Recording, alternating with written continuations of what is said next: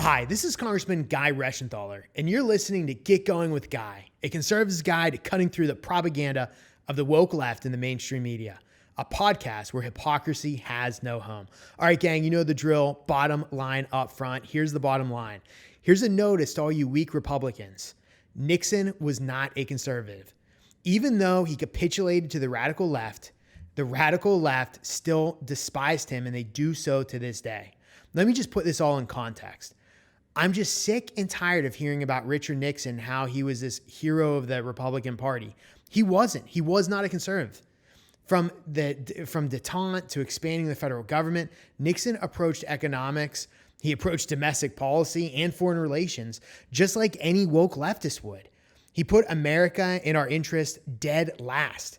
It was so bad that his own advisors, even Nixon himself, called out his fake conservative values. So let me just expand on this, because a lot of people out there are probably listening and not believing this. But let me just give you some historical context. It was Nixon who drastically expanded the scope of the federal government. Don't believe me? He established the EPA, and they've harassed energy producers and job creators ever since. He established the Council on Environmental Quality. He established OSHA, the Occupational Safety and Health Administration.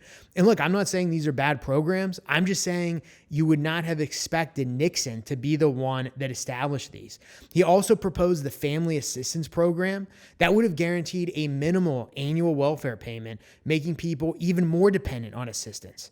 And then under Nixon, spending on food stamps increased. It jumped from $612 million in 1970 to $2.5 billion in 1973. Now today, nearly 1 in 6 Americans are dependent on these food stamps, and Nixon greatly expanded them. Nixon also adopted affirmative action as the official policy of the U.S. government. He also proposed universal health care, and he required companies to cover insurance for their employers and then subsidize employers who couldn't afford it. Social spending ballooned under Nixon. It went from $55 billion to $131 billion in just 5 years. Now, look, again, these policies, they may make sense. We can debate the policies. The point of all this is that Nixon was the one that established these programs. Nixon was not a conservative. Nixon's economic policies were simply a disaster. According to Nixon's chief economist, the Nixon administration imposed the most regulations since the New Deal. That's FDR. Nixon had the most federal regulations since FDR. He imposed wage and price controls. This caused stagflation, and the dollar lost 1/3 of its value. He effectively eliminated the Bretton Woods Agreement with our allies, our World War II allies, and he established the current floating currencies not tied to gold. Nixon himself said, and I quote Nixon, "We are all Keynesians. We are all Keynesians now." If Biden would say that today, it would actually be shocking, even though it would be true. But again, this is Nixon saying this. On the world stage, Nixon was just as bad. He was just as woke on that as he was on economic policy. Let's look at it. On the international stage, after Kent State, he spoke with anti-war protesters and indicated his desire to end the Vietnam War, leaving the war unfinished and appeasing those who spit on our troops as they returned home. And this withdrawal from Vietnam, it ceded away gains that roughly 58,000 Americans died to obtain to resist and fight communism.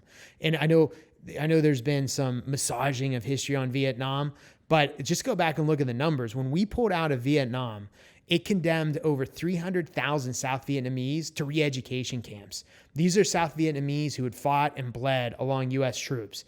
And then look at Cambodia. We pulled out of Cambodia. Pol Pot, he attained power. 21% of Cambodia's population died. They died at the hands of the Khmer Rouge, and that's because the United States pulled out of Vietnam. And it just wasn't with Vietnam. Nixon also normalized relations with China. He cozied up to the mass murder of Mao Zedong. And it was Mao Zedong in his great leap forward. He killed 45 million people. 45 million people. And think about how many people have posters of Mao Zedong. This man was atrocious, and Nixon buddied up to him. Nixon's normalization with relations also gutted American manufacturing and led to the current military tensions we now have with China. Thank you, Nixon. When Reagan ended Nixon's détente policy, we won the Cold War. not before. It was Reagan's tough stance, not Nixon playing footsies with communists. So there you have it, gang. When you have a woke college professor trying to tell you Nixon was a conservative, you now have the tools to push back. Nixon gave us an expanded government that has only grown more bloated and unresponsive ever since. Like any true conservative, he embraced wage and price controls. Clearly, I'm being sarcastic. His lack of leadership resulted in the killing fields of Cambodia and put us in our current predicament with China. So remember, becoming a leftist to score political points won't make people like you, and it helps no one. Just look at what happened to Richard Nixon. That's it for today, gang. I'll see you next time, and as always, just call me Guy.